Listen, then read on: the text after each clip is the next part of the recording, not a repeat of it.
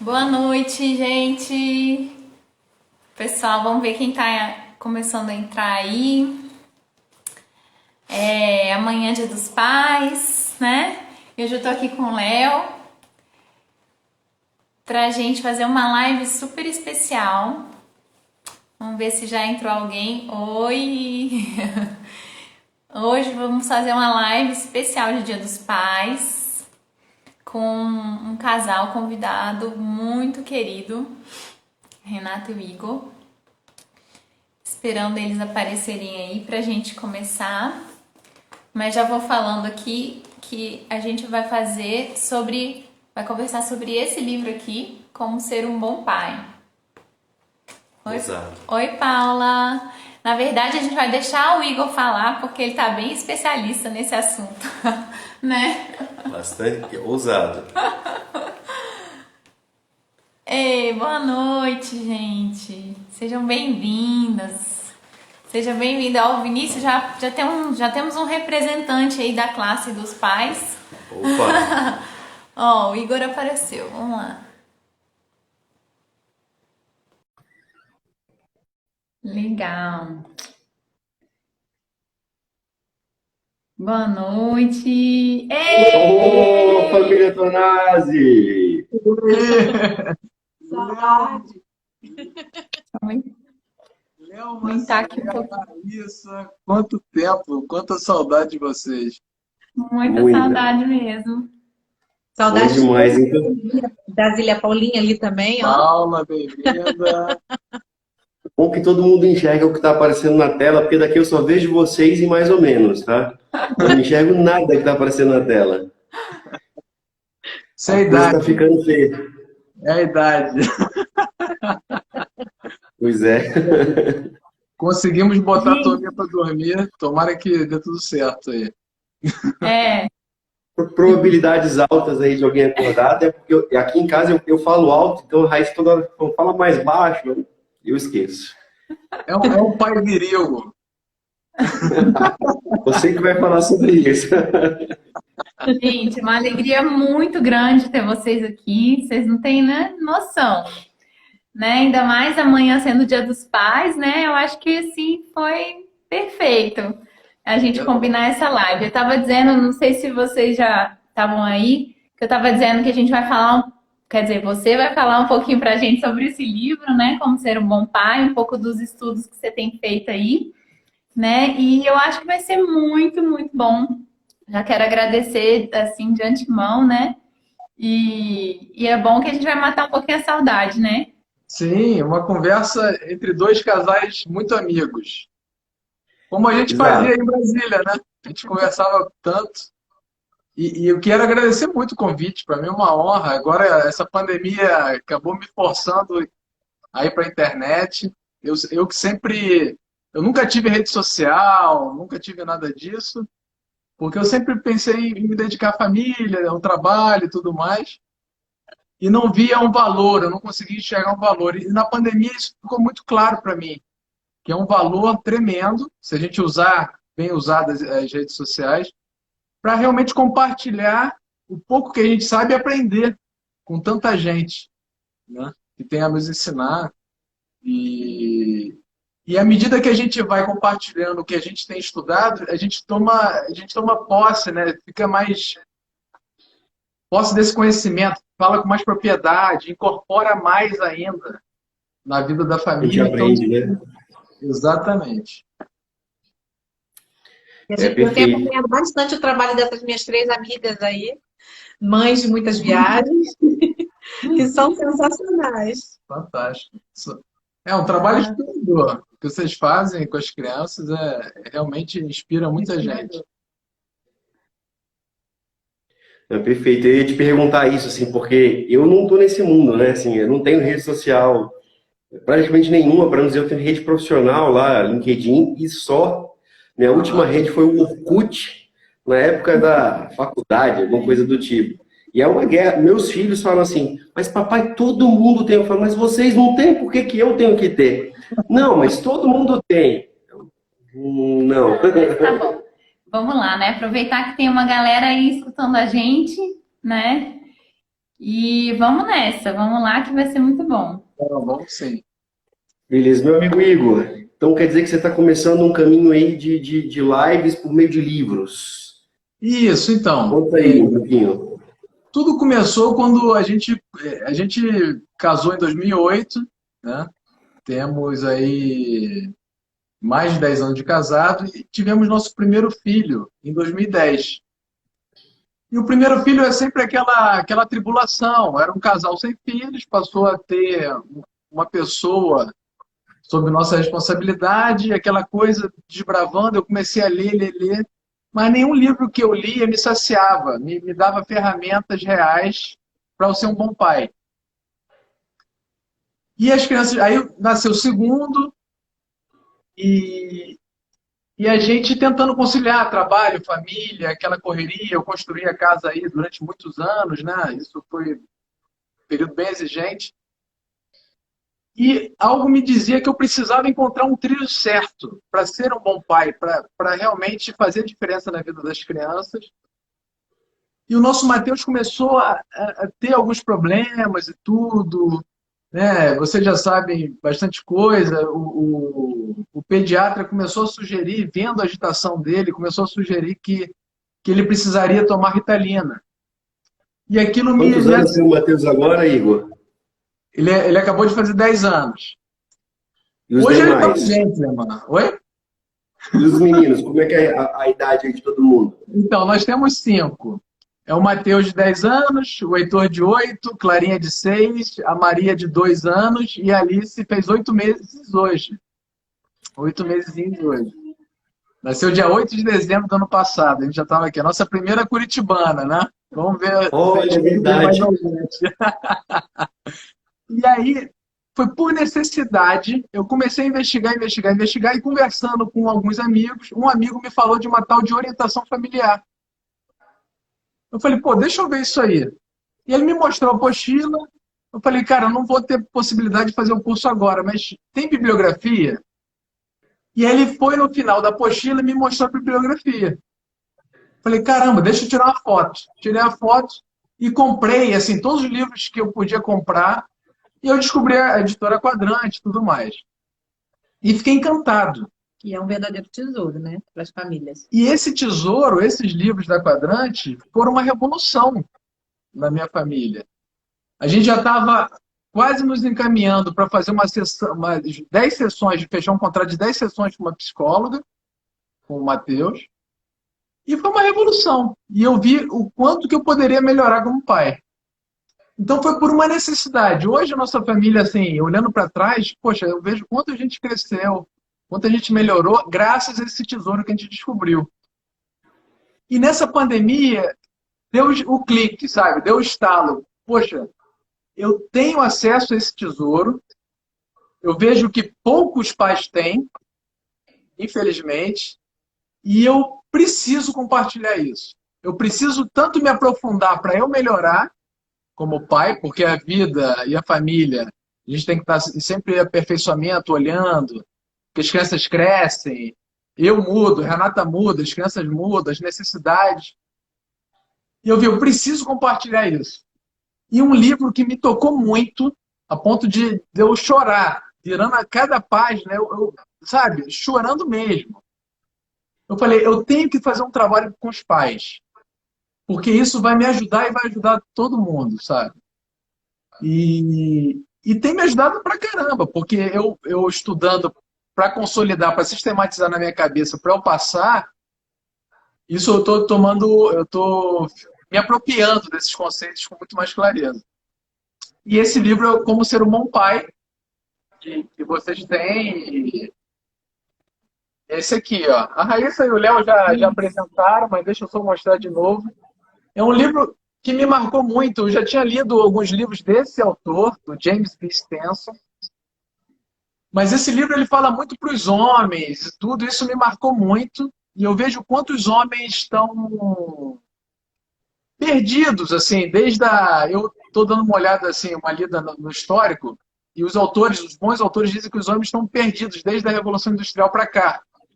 Com a entrada da mulher no mercado de trabalho, os homens se perderam e perderam assim um pouco da noção, porque antes da mulher entrar no mercado de trabalho era muito.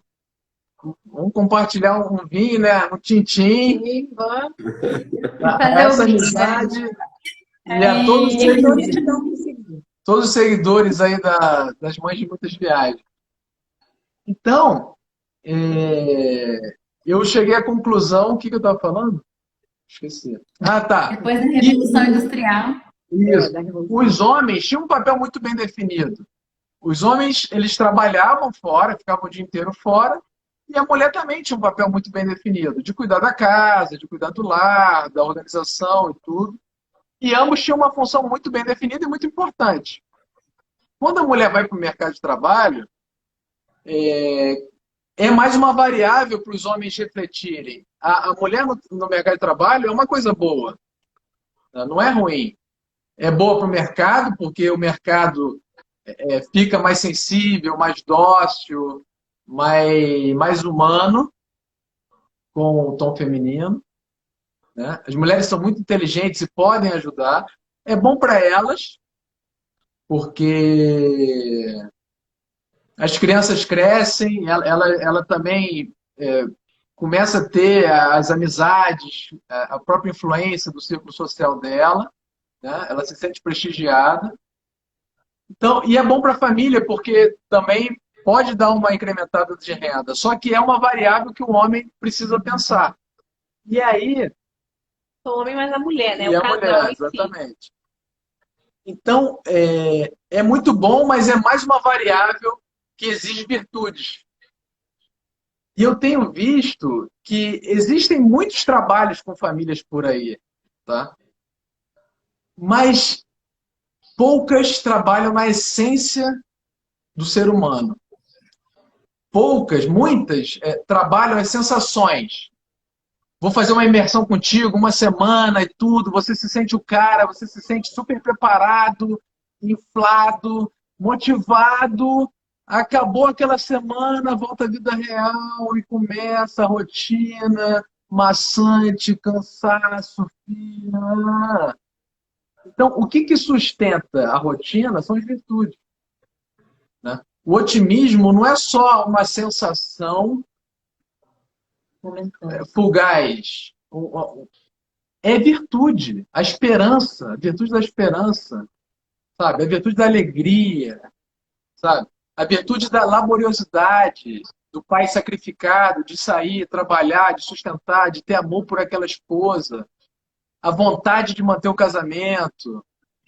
Sabe? Aquela tenacidade. Isso, o que mantém realmente uma família, o que forja os filhos, eu estou mais do que convencido que são as virtudes. E quando eu encontrei isso, eu tive contato com essa palavra, virtude, com 35 anos. Sabe? Eu não esqueço desse momento. É interessante mesmo. Eu vejo assim, a gente está vivendo um momento de muita realidade, na verdade, né? Tirando que a gente saiu um pouco da nossa realidade comum e sendo um pouco obrigado a vir para dentro de casa, encontrar, dar de cara com estranhos, né? A esposa, os filhos, né? Pessoas que a gente nunca viu por tanto tempo, né? Então, assim, quando eu falo isso, estou falando de forma genérica, abstrata, mas isso, eu vejo isso com os meus amigos, eu vejo essa realidade acontecendo, e isso é aquela coisa, né? Quando cai pedra da montanha, elas se batem. Ninguém esperava cair da montanha, mas as pedras começam a cair, elas começam a se bater, e aí tem que ver como é que a coisa vai acontecer, né? Se for gelo, ela se junta, né? Dependendo da situação, na verdade, ela se espalha e é um caos. E acho que nesse momento, quando eu falei que a gente está vindo para a realidade, fugindo da realidade comum, porque a gente está obrigado a encontrar nossa família, a encontrar nossa esposa, a encontrar nossos filhos, a pensar sobre a morte, a realidade mais real, mais viva, mais pura que existe na vida do homem e da mulher, né? Porque a gente vive essa sensação de poxa, o que vai acontecer amanhã? E então palavras como virtude, esperança, fé, elas começam a passar sobre a nossa cabeça. E ao mesmo tempo a nossa análise também sobre quem nós somos, o que fazemos, né? Todo mundo, sem entrar muito aqui numa análise metafísica da coisa, mas é isso. no senso comum, as pessoas estão vendo a realidade na cara delas. Nós estamos vendo a realidade da nossa cara, da nossa família. E aí é um momento assim, muito precioso, quando você fala virtude, né? Nas empresas a gente usa muito o termo valor, missão, né? Visão. Né? Se a gente traz aqui para dentro de casa, que parece uma coisa, essa coisa do valor parece uma coisa conjunta, né? Mas virtude não é nossa, que é eu pro outro. Então, a gente não tem muito para onde fugir. E estando um do lado do outro, sou eu, o outro e só. Né? Eu acho muito propício esse momento que você traz, compartilhando a sua experiência, né? Compartilhando aí essa troca de livros que você está fazendo. E, assim, um desafio muito grande. Você já começou com um baita de um livro e que traz, talvez, a régua lá em cima, né? Um bom pai, né? E aí eu queria fazer um comentário e encorajar todos os homens, todas as mulheres que estão nos assistindo e vão nos assistir no futuro. Assim, esse livro é um ideal, é uma meta a ser atingida. Nós temos a vida para ir sedimentando e concretizando cada virtude. Mas, num primeiro momento, o primeiro momento que a gente se depara com o ideal, a gente sabe para onde ir. A gente sabe o que fazer. E eu entrei na internet, claro, é um desafio tremendo. 5 filhos, vocês com 6, né? Trabalho exigente, meu trabalho está extremamente exigente. Renata também tem o trabalho dela exigente.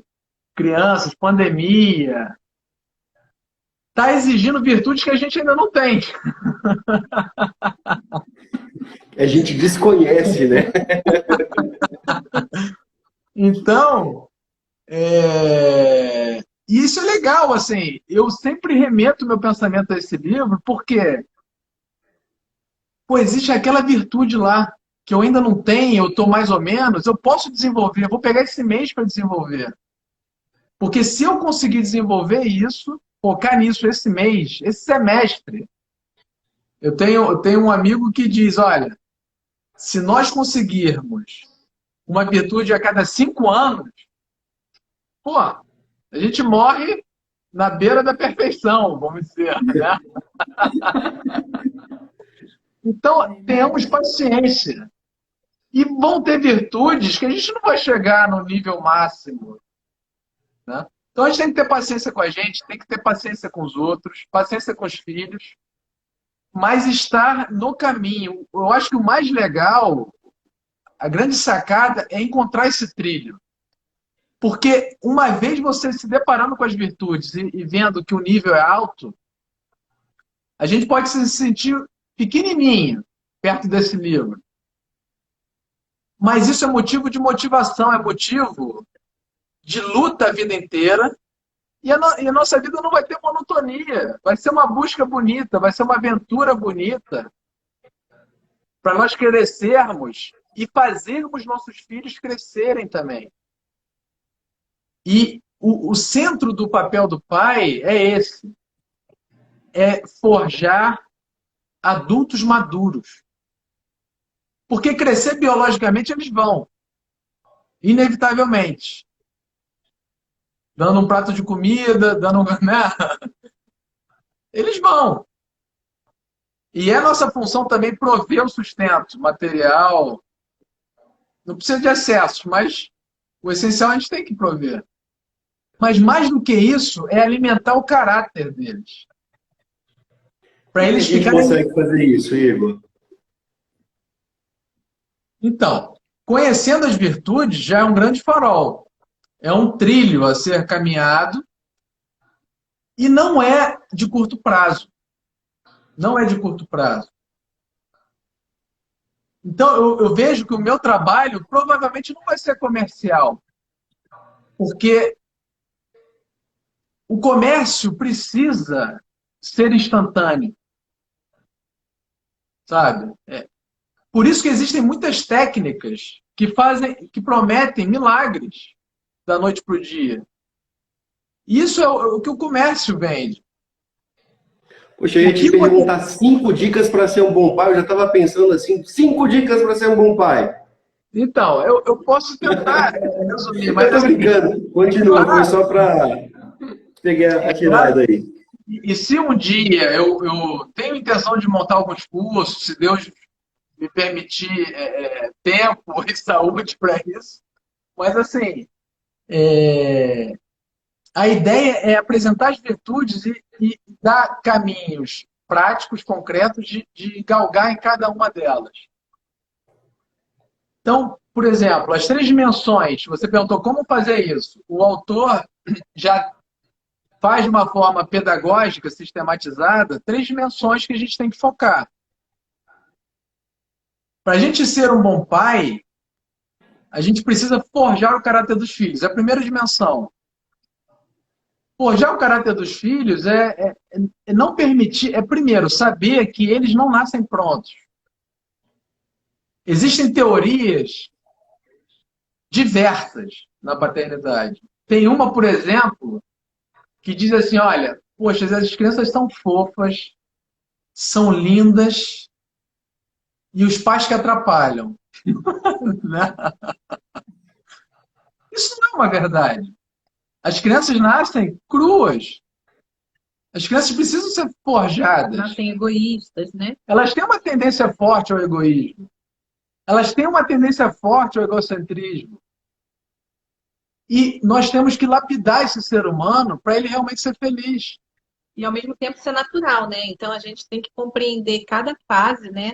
Antes de tudo, você tem que compreender cada fase da infância e ver o que é natural. E a partir daí você vai trabalhando, né? Pequenos detalhes, pequenas coisas, para ela ir crescendo, né? E também adquirindo virtudes ao longo da vida. Por exemplo, eu aprendi pra caramba com vocês, eu tenho uma honra gigante de estar aqui, de verdade. Eu aprendi muito na orientação familiar. Vocês foram nossos chefes de equipe na orientação familiar. Essa terminologia eu não acho muito adequada, não, mas continua. Orientadores, seja lá o que for. Pessoas mais experimentadas no sistema. Então, o que acontece? Por exemplo, os filhos não nascem amigos uns dos outros. Eles querem ficar no cantinho deles, dependendo do temperamento. Eles não querem dividir nada. Só que a gente sabe que se a gente não interferir, e nós, pais, e eu acredito que todo homem quer ser um bom pai. Todo homem. Se ele não é, se eu não sou, se eu falho em alguma coisa, se alguém falha, é por desconhecimento. Sabe? Então, eu quero esmiuçar as tarefas. O que a gente tem que fazer para ficar claro? Porque nós, homens, quando temos claro a missão, nós abraçamos a missão e cumprimos. Nós somos objetivos. Então, eu só quero facilitar. Trazer com mais clareza, porque nós precisamos ter clareza. Ponto a ponto, ó, tem que fazer isso. Então, uma das funções não é forjar o caráter. Então, nós sabemos que se nós deixarmos nossos filhos egoístas, com 30 anos, por um egoísta, daquele de livro, ele necessariamente vai ser infeliz. Porque isso atenta contra a natureza humana. O egoísta é infeliz. E nós não queremos que nossos filhos sejam infelizes. E não queremos que eles façam as esposas ou os maridos infelizes no futuro. Os filhos dos outros. Então nós temos uma missão muito bonita e muito urgente. Porque nossos filhos estão com a gente por um curto espaço de tempo. Se a gente parar para pensar que nossos filhos entram para a faculdade com 16, 17, sei lá, 18. Caramba, nossos mais velhos, a Bia está com quantos anos já? 11. Olha, é uma moçona. O Matheus está com 10. Olha, que loucura! Então, assim, de 10 para 16 é um susto, é um pulo. E a gente precisa fazer com que eles sejam leais aos amigos deles. A gente precisa que eles sejam verdadeiros. E o livro fala muito claramente, não só o James B. Stenson, mas vários outros autores, que os pais hoje estão preocupados com carreira. A maioria, principalmente a classe média. Não é no Brasil, é um efeito mundial. Por quê? Porque os pais acreditam piamente que isso é o importante. Eles não são maus pais. Eles não têm uma intenção ruim. Eles têm boas intenções. E muito tempo eu pensei em carreira. Isso foi herdado também dos nossos pais, né? Porque nós tivemos uma criação nesse quesito também, né? Os nossos pais também pensaram isso Exato. pra gente. E olha que contrassenso. Se nós focarmos nas virtudes, não vai ter para ninguém. Se tiver uma vaga na empresa, vai ser deles. Porque as virtudes, elas são eloquentes, elas são atraentes. Um garoto, um jovem sincero, um jovem tenaz, um jovem sacrificado, que busca realmente ajudar o outro, que busca fazer um relatório bem feito. Quem não quer? Que é obediente ao chefe, sem ser... É inteligente, mas ele é obediente por respeito à organização. Às vezes ele pode até sugerir algumas coisas para o chefe, mas ele é obediente à estrutura hierárquica, como ele foi obediente ao pai e à mãe dele, como ele é obediente a Deus, às leis. E aí, isso é bonito. Um jovem desse, bem formado, com as virtudes bem delineadas, ele vai transitar pelo mundo,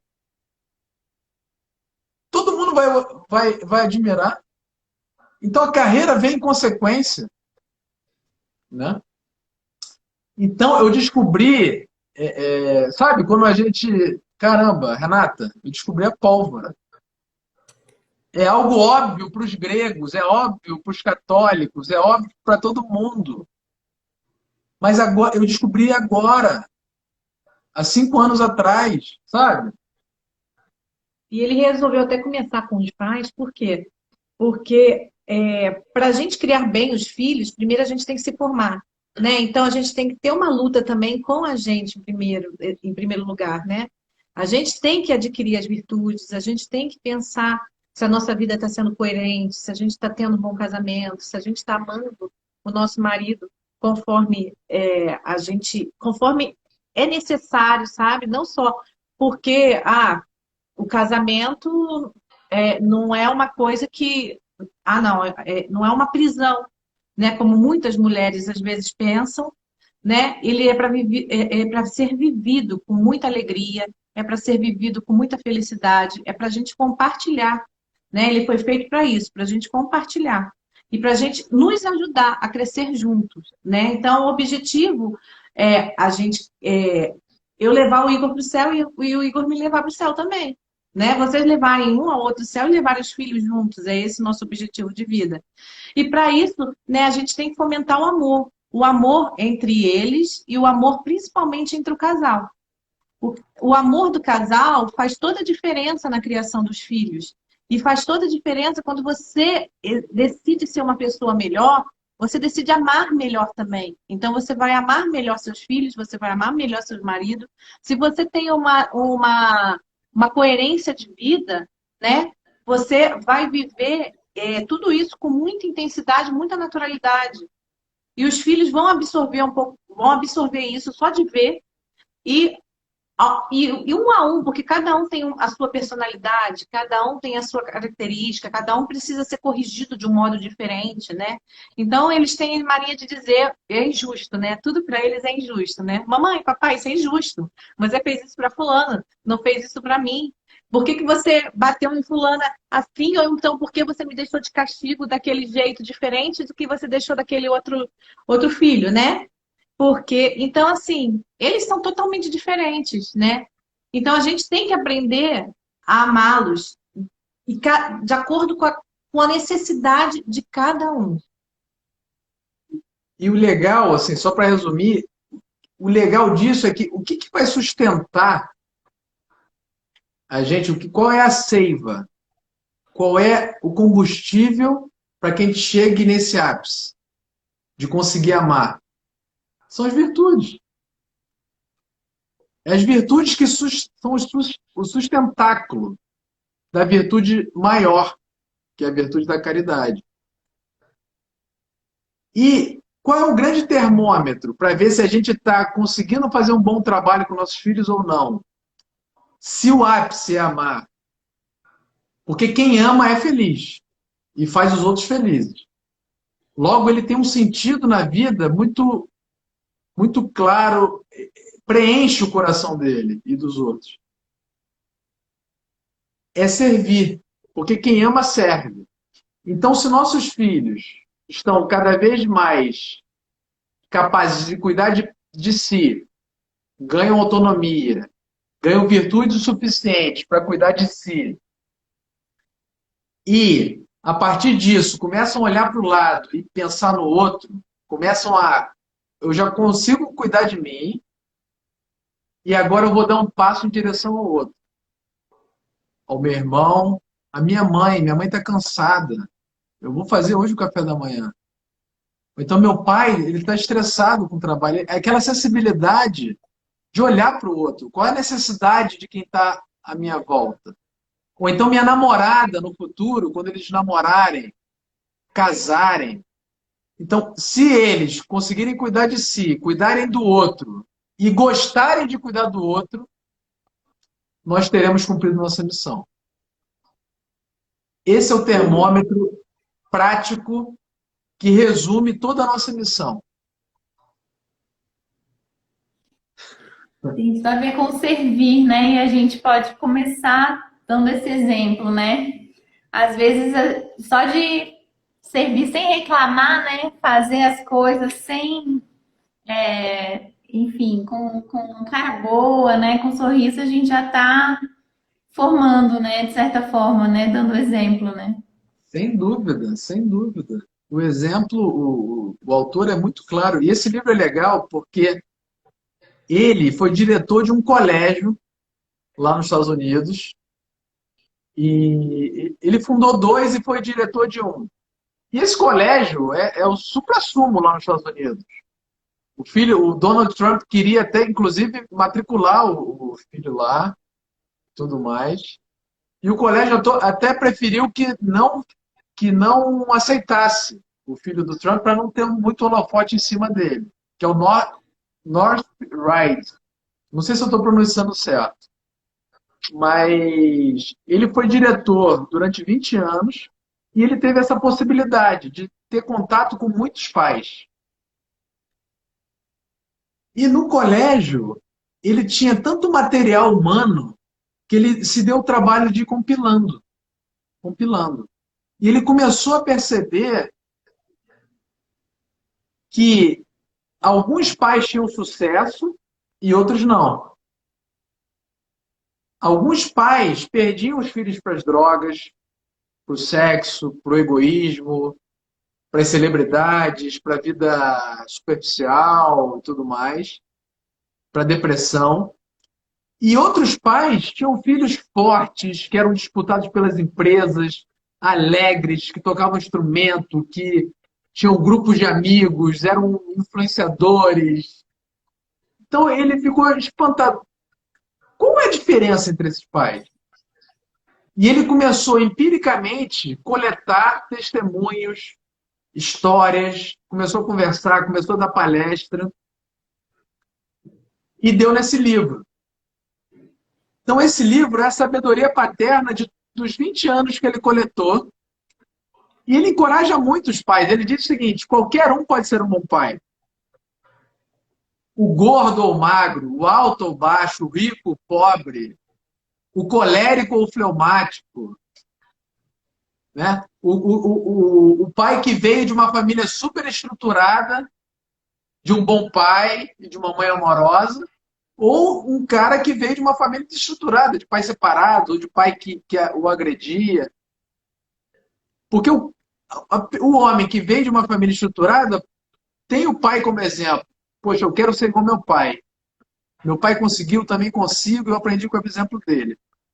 E aquele cara que veio de uma família, de um pai alcoólatra, ou um pai desvirtuado, que batia na mãe, casos extremos, que a gente sabe que infelizmente existe, ele pode decidir firmemente: eu vou fazer o oposto. O meu pai escreveu essa história, mas eu vou escrever uma outra história. E pelo fato dele ter tido um pai que não foi exemplo em algumas coisas, ele pode buscar uma força de mudar. Porque ele sabe o quanto causou dano para ele e não quer causar dano para os filhos. Então, ele fez esse panorama e, e mostra com clareza que o pai, ele não pode ser egoísta. E aí começa uma exigência também do nosso crescimento, foi o que a Renata falou. Porque, primeiro, o casamento já exige que a gente deixe o nosso egoísmo para lá, aquele egoísmo lá da adolescência, né? Só minhas coisas, minhas viagens, né? Então, se nós tivermos sido egoístas na nossa adolescência, no nosso casamento, a gente não pode perdurar muito tempo com esse egoísmo, porque começa a enfraquecer o casamento. Porque o egoísta ele não pensa na felicidade da esposa, ele pensa na própria. E isso já começa ruim. E se ele começa a ter filhos, continua egoísta, isso é um dano moral para os filhos muito grande. Porque o pai que é egoísta, e assim, a gente tem que fazer uma investigação, porque assim, às vezes a gente tem um cantinho lá no nosso coração um pouquinho egoísta. Normal, a gente tem que combater isso. Não é se espantar com isso. A gente vai ter um cantinho, mas não, amanhã eu me proponho a preencher esse cantinho, né, me desapegar, extirpar isso.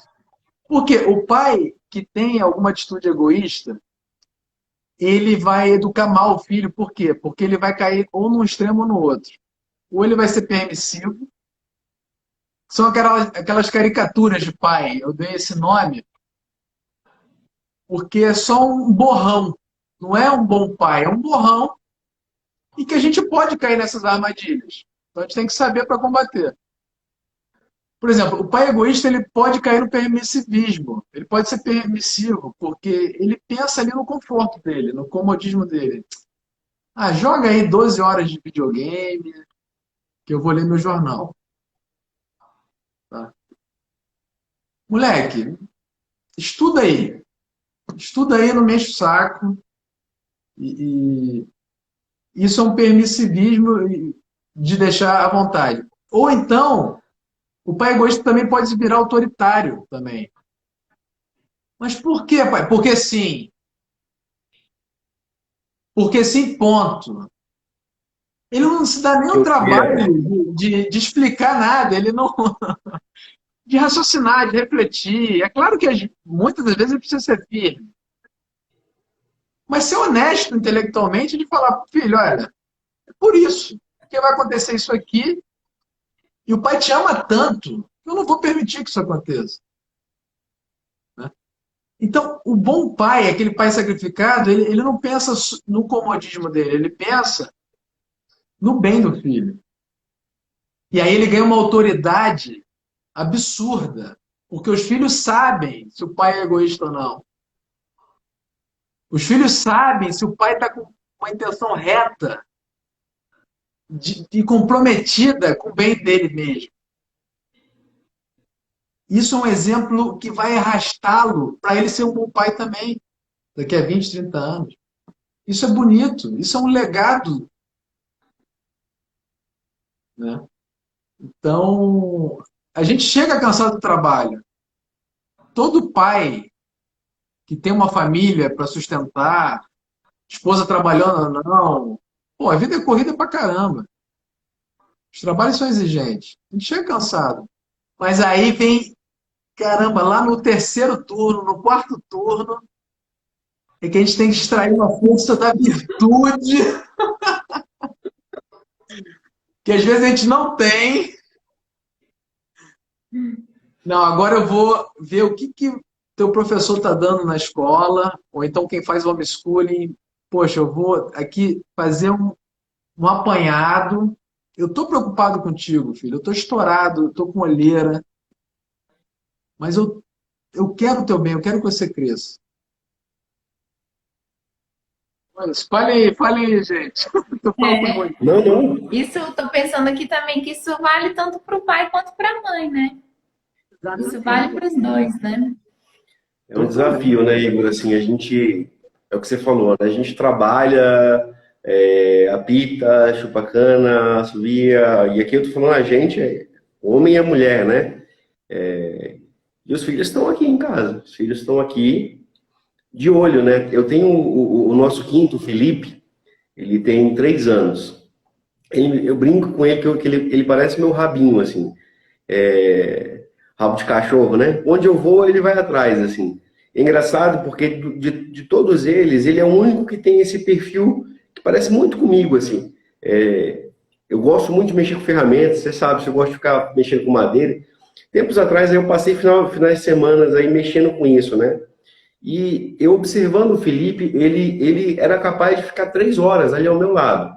Ele pegava as ferramentas dele lá, o martelinho e tal, eu dava um prego para ele e tal. Ele ficava 3 horas seguidas ali. E isso me fez refletir, sabe, esse período, assim, falou, caramba, assim, o que leva uma criança a fazer isso? Ele tá aqui do meu lado, tá me observando, assim, né? Por quê? Assim, tem tanta coisa para fazer. Ele está do lado do herói dele, meu amigo. Então, isso é interessante, porque aí é onde a gente consegue olhar e falar, cara, isso é uma oportunidade.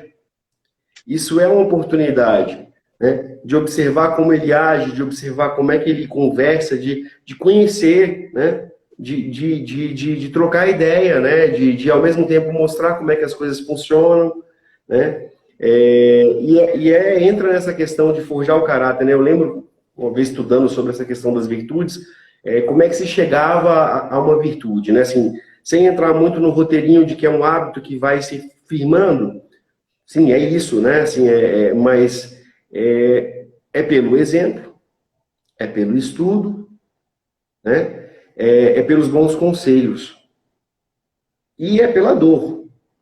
Assim, esses são os principais, assim, tem vários indicadores, né? Todos esses aqui têm um ato de vontade. Todos eles têm um ato de vontade preliminar. Mas, se você escuta algo que é bom, e no nosso íntimo a gente sente o que é bom. Aqui eu estou falando a gente como adulto, mas a criança também tem isso, né? Quando a gente vai dar uma bronca, eu tenho tido uma experiência diferente agora com o João, que é o mais velho, de que às vezes ele dá um aprontado, ele não faz alguma coisa, eu chamo ele para o quarto, a gente senta um na frente do outro e a gente começa a conversar ali. E eu começo a perguntar para ele assim, né? Isso é bom, isso não é? E no final tá bem resolvido, assim, como ele já tá, ele mais velho, já consegue ele, né, ter uma maturidade, ele tem uma compreensão disso, e às vezes ele vem e me dá um retorno, papai, realmente isso não é bom, sim, e ele consegue explicar por que não é bom, né? Ou seja, ele capta de alguma maneira o que a gente estava explicando, o que a gente estava demonstrando sobre o que é bom, né? E então é um exemplo, né? Você falou das 3 dimensões. Tem como agora você dar uma palavrinha para a gente exatamente sobre esses aspectos das 3 dimensões, por meio da virtude, né? Você vai trabalhar nas 3 dimensões, são tripé, assim, para sustentação, né? Todas elas por meio da virtude. Exatamente. A origem de tudo, para a gente realmente ter sucesso na educação dos filhos, é perseguir as virtudes nessa sequência que você falou.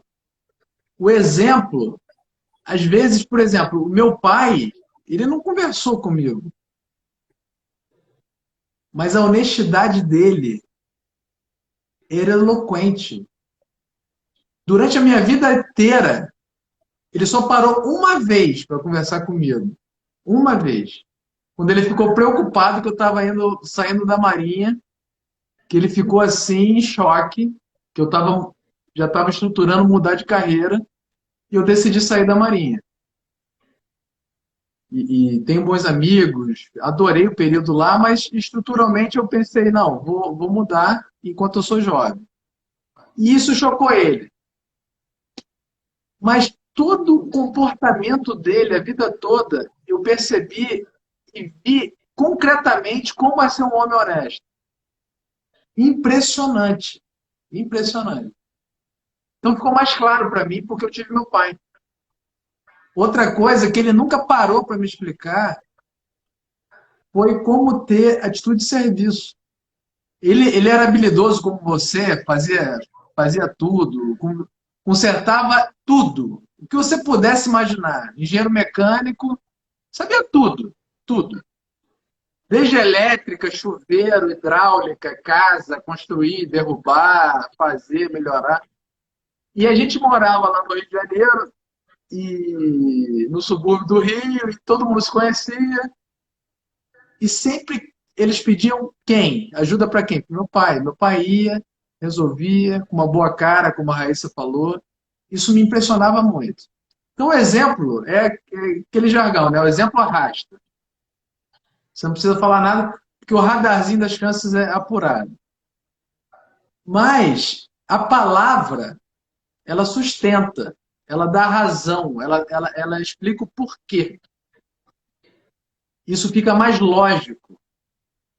Então, ser um pai que dá o exemplo e é um pai que ainda é capaz de sentar e conversar, como você está fazendo, pô, vai fazer todo sentido.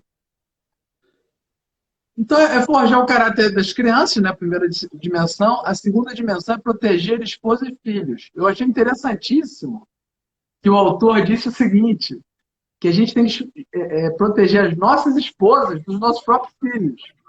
Ele fala até num tom assim, brincando, mas em alguns pontos bem sério também, dizendo o seguinte, olha, tem duas fases na vida das crianças que são fases bem difíceis.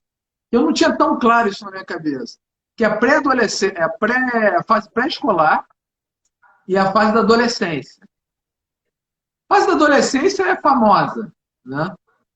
A fase pré-escolar, eu não ouvia muito. Apesar da gente viver bastante imprevisto. The Terrible 2, The Terrible 3. Né? Aqueles 2 anos, aqueles 3 anos, aquela adolescência de 3 anos. Eles são terríveis, terríveis. Então fazem birra, testam e tudo mais. E a gente tem que proteger no seguinte sentido. Olha, vocês vão respeitar a sua mãe. Com a sua mãe, vocês não vão fazer isso. Então tem vários benefícios isso. Primeiro, a mulher se sente amada. Né? Segundo, é estabelecida uma ordem dentro de casa. Existe uma ordem, não precisa ser um quartel. Mas a ordem existe. Né? E o primeiro ser humano na vida do pai é a esposa, é a mãe. Né? Então a gente tem que cuidar dessa mãe. É a nossa esposa, a gente prometeu fidelidade, a nossa parceira para a vida toda. Nessa jornada pelo mundo. Na existência. É um negócio que às vezes é bonito, é poético. Né? Então, e o outro benefício, com isso, os filhos vai reforçar a autoridade da mãe. Outro benefício, os filhos vão ver que esse pai ama essa mãe. Ama concretamente. E eles vão fazer isso com as esposas. Tem um amigo meu aqui em Curitiba que ele comentou o seguinte, que ele era pequeno, a mãe dele estava doente, em fase terminal, idosa e tudo, o pai também idoso. E ele sugeriu que a mãe dele estava dando muito trabalho. Aí o pai dele, não fale da sua mãe. A sua mãe não está me dando trabalho. Né? Então ele defendeu a esposa dele, o filho já adulto. E ele entendeu perfeitamente. Né? Então, proteger. A proteção é nata do homem. Não tem essa proteção da esposa. Tem a proteção dos filhos, do mundo. O pai faz a ponte entre a casa e o mundo exterior. Isso é nato do homem, né? A gente sabe que o homem era caçador, que ia, caçava. Esse é nosso ímpeto desbravador que todo homem tem, que é bonito, que é necessário. Então, a gente tem que proteger nossos filhos de todas as ameaças externas. A gente tem que proteger, por exemplo, nossa família da pobreza. A gente tem que trabalhar. Isso tudo é virtude.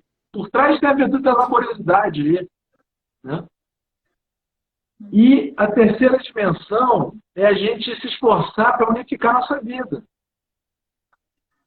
E tem virtude por trás aí também. Então, o autor é muito didático, muito claro. O seguinte, poxa, a gente trabalha, a gente se aperfeiçoa, a gente estuda para o nosso trabalho, a gente quer galgar, a gente quer... Não precisa nem ter uma ambição de ser o CEO, nada disso. Se vier naturalmente, ok. Se for compatível com a rotina da família, ok. Mas o importante é você fazer um bom trabalho. Tudo vai vir em consequência. Você tem que ser honesto, tem que ser íntegro, tem que ser leal, tem que ser obediente ao teu chefe. Ele é teu chefe. Você pode, com muito respeito, sugerir coisas. Se você for tiver alguma luz ali para solucionar alguma coisa, com respeito, você tem que não ser perfeccionista, mas trabalhar com perfeição. Porque o perfeccionismo é uma falsa virtude, né? Dentro do que você tem, você dá o teu melhor e tudo mais. Pô, é um profissional, pô, é admirável. Só que é aí que tem uma armadilha que, depois de uma jornada de trabalho, o cara pensa assim, pô, me dediquei pra caramba e agora estou indo pro meu descanso. E realmente, a família é um descanso. Mas a gente não pode ter, aí ele alerta, que a gente não pode ter uma postura consumista em casa e produtiva no trabalho, porque isso é incoerente. Então eu não posso ser um líder que arrasta, que influencia, admirável no trabalho e ser inerte em casa. Achar que a esposa é que cuida da casa e eu cuido do trabalho. Não. Até porque muitas esposas trabalham. E aí que está um esforço de comunicação, né? De virtude, de conciliação. De conciliar a rotina, De né? conciliar a rotina. E aí o pai, aí o que ele sugere com muita ênfase? Poxa, você não é um líder no trabalho? Traga isso para dentro de casa. Influencie seus filhos. Influencie seu time. Você não agrega lá no teu trabalho, no time, para produzir meta, tal. Usa isso para a tua família, porque a tua família é teu maior empreendimento. Se teus filhos virem o potencial que você tem como homem, como profissional, eles vão ser brilhantes. Porque eles vão ver um pai que faz a diferença no time dele. Que acredita em mim. Porque o pai lá, ele acredita na secretária, ele acredita no gerente, ele acredita no office boy, ele acredita no supervisor. Ele tá engajando. Vamos usar esse talento em casa. Por que os filhos são desmotivados no estudo? Porque você não está usando o teu talento de engajar. Isso é importante, isso é decisivo. Então, isso para mim, é um tesouro, é a chave do sucesso. Porque é pelos nossos frutos, é pelos frutos que a gente conhece a árvore. A gente precisa ter bons frutos, a gente precisa forjar bem nossos filhos. Porque isso vai dizer quem nós somos. É isso, fala aí, gente. Essa frase que você falou eu acho fantástica, assim. Isso vai dizer quem nós somos. Quando a gente para pensar, né, o ser humano tenta eternizar tudo o que ele faz. Eu acho que a gente tem 2 minutos, eu vou tentar ser bem conciso para não tomar os 2 minutos. Todo ser humano tenta se eternizar. E quando a gente para pensar, a única forma de eternização real que existe não é uma história que a gente fez, são os filhos, as pessoas que a gente marcou na vida. Porque eles sim vão carregar algo nosso. Seja uma matéria biológica que pode se perder e é material e se perderá, com certeza. Mas a nossa alma não. E a nossa alma é o quanto ela foi pesada para a vida deles, né? Então, essa frase eu achei excelente, assim, faz a gente refletir e pensar sobre isso, né? Gente, é uma pena que o tempo já está acabando. Falta Ixi, eu tinha um bocado de coisa para falar. Tinha muita coisa. Mas é bom que a gente combina outras vezes também, né? Porque tem muito assunto mesmo, né? Assim, Foi minha primeira live da vida, tá? A minha também. A minha segunda, estamos todos, assim, iniciantes. Bom, então vocês três aqui, em nome da Mães de Muitas Viagens, vocês estão convidadíssimos para voltar. Uma alegria, uma alegria. Uma Marcar hora mais com vezes. meus amigos. Inclusive, aqui é a primeira vez também que os pais estão aparecendo aqui no Mães de Muitas Viagens, né? Então também é um dia aqui de estreias, né? Legal, legal. Ó, feliz Dia dos Pais, Léo. Você é um pai, assim, que me inspira muito, de verdade.